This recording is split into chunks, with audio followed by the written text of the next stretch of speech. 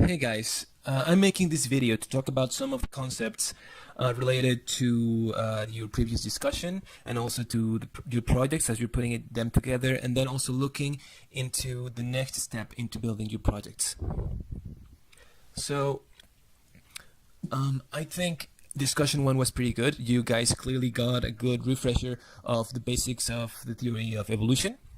And so many of you pointed out, that idea of using phylogenies instead of looking at organisms within the Linnaean system of classification, and how that gives us the idea that evolution is not a process of progress necessarily, but rather of branching, and that more recent organisms are not necessarily more evolved or superior in any way to others. They're simply different variants that have arisen over time to adapt to their environments, but all of them are adapted to their own particular environments.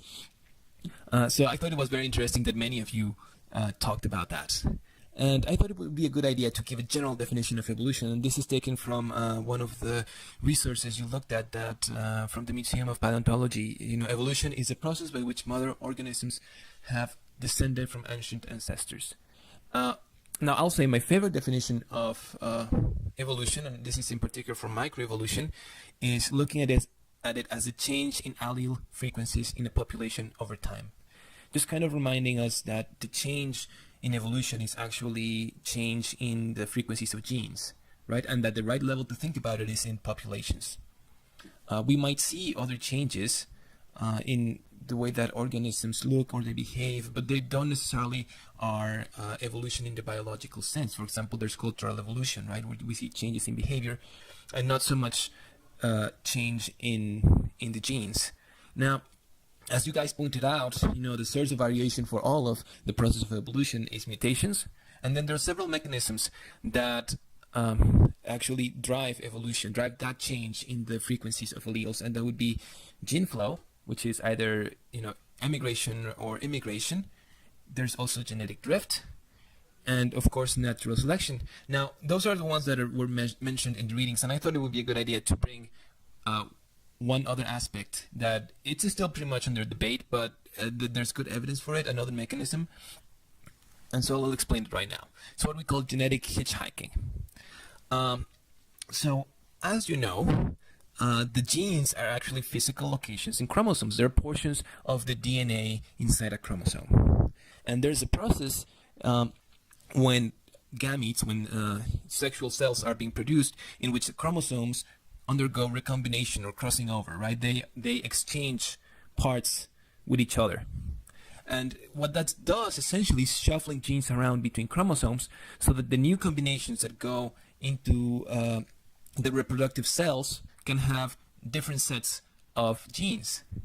Now, this process is not a process that is that shuffles genes perfectly. It actually depends in part on the proximity of genes in the chromosome to each other. Genes that are very close to each other, or they're close to each other in the chromosome, are less likely to be separated by recombination. They're likely to stay together when they are transferred into the new chromosomes. What that means is that if there is a gene that is advantageous, it actually is selected by natural selection, then the individuals that have that gene are also likely to have genes that are sitting right next to it in the chromosome. And those genes sitting next to the advantageous gene might even be neutral or have slightly negative effects on survival. But just because they are there in the physical space of the chromosome, they are also benefited by selection. So they're essentially hitchhiking. They're not really the ones that are beneficial to the individual, but they are becoming more abundant, more frequent in the population. So I think that it's a pretty interesting mechanism, and I just wanted to bring it up so that you guys are also aware of that.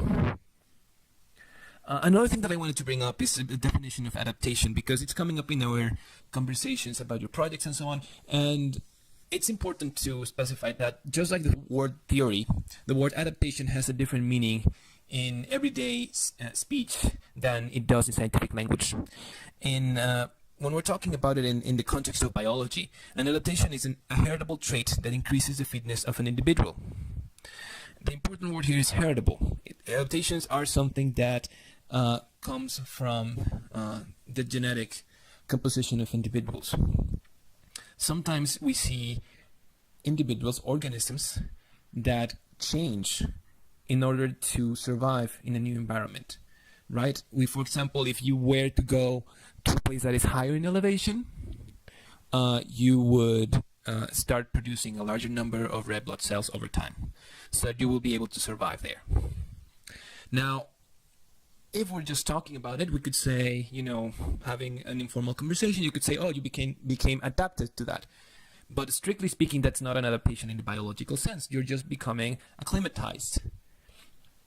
However, if you were talking about a person whose family, whose ancestors have lived in a high elevation location for many generations, and that through selection, those traits for living in high elevation had become part of their genetic structure, then you could say that is an adaptation.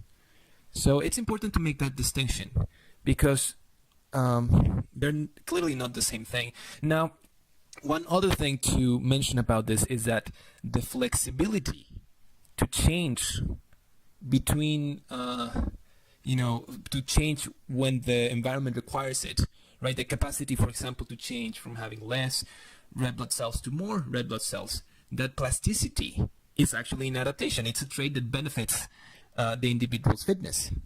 So, and that's actually, somewhere in the genes themselves. So flexibility can be an adaptation, but the act of changing isn't necessarily. I hope I didn't confuse you too much about it. Lastly, the one other definition I wanted to bring up was sort of putting together this definition of hypothesis. And again, that excellent resource from the first discussion, I'm using it again because they define hypothesis as a proposed explanation for a narrow set of phenomena. And it's important to think about hypotheses because I was looking at your descriptions of your projects, and not really your fault, but many of you, when talking about your hypothesis, were actually providing predictions. So here's the difference between the two. A hypothesis is relatively general and may apply to a variety of observations or experiments. And it is generally talking about the underlying mechanisms or the relationship between different factors or reliable patterns that you can use to explain a phenomenon. When thinking about a comparative question, it essentially tells you why you would expect there to be a difference. What is the underlying reason for there to be some kind of difference? A prediction, on the other hand, is specific to whatever experiment or set of observations you're doing. It's particular to your proposed study. So, for example, let's say that the hypothesis is that cholera the disease is caused by the ingestion and proliferation of a bacterial species. I'm stating sort of this general relationship that of what is the cause of cholera, right? And then the predictions are going to be specific to different studies, different kinds of observations that you could carry out. So, for example, we could predict that if a healthy individual is intentionally given food containing the bacteria, he or she will develop the disease. We can also predict that the disease will never be found in people that have never been exposed to the bacteria, and we can predict that stool samples from people with cholera will always include the bacteria. There's a number of separate predictions, and then you have the hypothesis, which is general. Here's another example. We can say as a hypothesis that the adaptive function of a peacock's tail is to serve as a reproductive display to attract mates. And then we can do predictions that are specific to a set of observations or an experiment. For example, we can predict that peacocks with larger tails will mate more frequently than those with smaller tails. Or we could predict that peacocks with experimentally reduced tails will experience a decrease in the number of times that they mate. And I know that sometimes the distinction is a little bit difficult, and I can tell you that because I've struggled with the distinction between hypothesis and prediction myself. But, try to make an effort of separating the two. It will make it easier for you when you're writing your introduction. And talking about that, the next step for your project is going to be to write your introduction and your methods. So just summarizing, the introduction is where you're going to be providing background information that your audience needs to understand your project. Now, without specifying another audience, you should always assume that you're talking about a general audience. You're not writing for me or for Serena. You're not writing for your classmates. You're writing for the general public. And so you need to bring those people up to speed so that they can understand your project and what you did. In your introduction, you're also going to describe what your comparative question is. You're going to describe your hypothesis and your predictions. Another component of that would be talking about the significance of your work. Why is it that the issue you're looking at is important, either to people or the environment or for how we understand nature? Why is it worthwhile for someone to look at this? And finally, you should describe what your general goals are. What are you trying to accomplish? And what's the approach you used? Now, right now, this is sort of a quick summary. You should definitely look at the syllabus, which has quite a bit more detail about what you need to have in your paper. And then your methods, it's a little bit more simple. You're simply detailing what you did or what you plan to do for your project. That would include both the whatever you did for observations or for sampling, whatever experiments you carried out, and then also your analysis of your results. It is important that you include enough detail to allow the reader to repeat your study. And the reason for that is that being able to replicate a study is like a fundamental characteristic of modern science, right? The study should be, it should be possible to repeat it and get the same results again if it was necessary to validate it. So make sure that it is pretty detailed in what you're doing. And thinking about methods,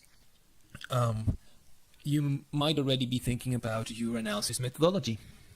So to begin, I strongly recommend that you start identifying your independent variables and your dependent variables. Your independent variables are going to be the things or categories that you are comparing. So what are those? And then also think about what are the things that you're measuring about those elements. What is your dependent variable? What are the things that you will use as data to look for differences? And this is important because if you know that, and then you know the kinds of variables that you're using, I will show you a table where you can decide what kind of analysis you need to do. So there's several types of variables, but most of the time we're usually looking at two of them. Either categorical variables, which are, as the name implied, categories of things, either treated versus untreated, male versus female, species A versus species B, habitat A versus habitat B, etc.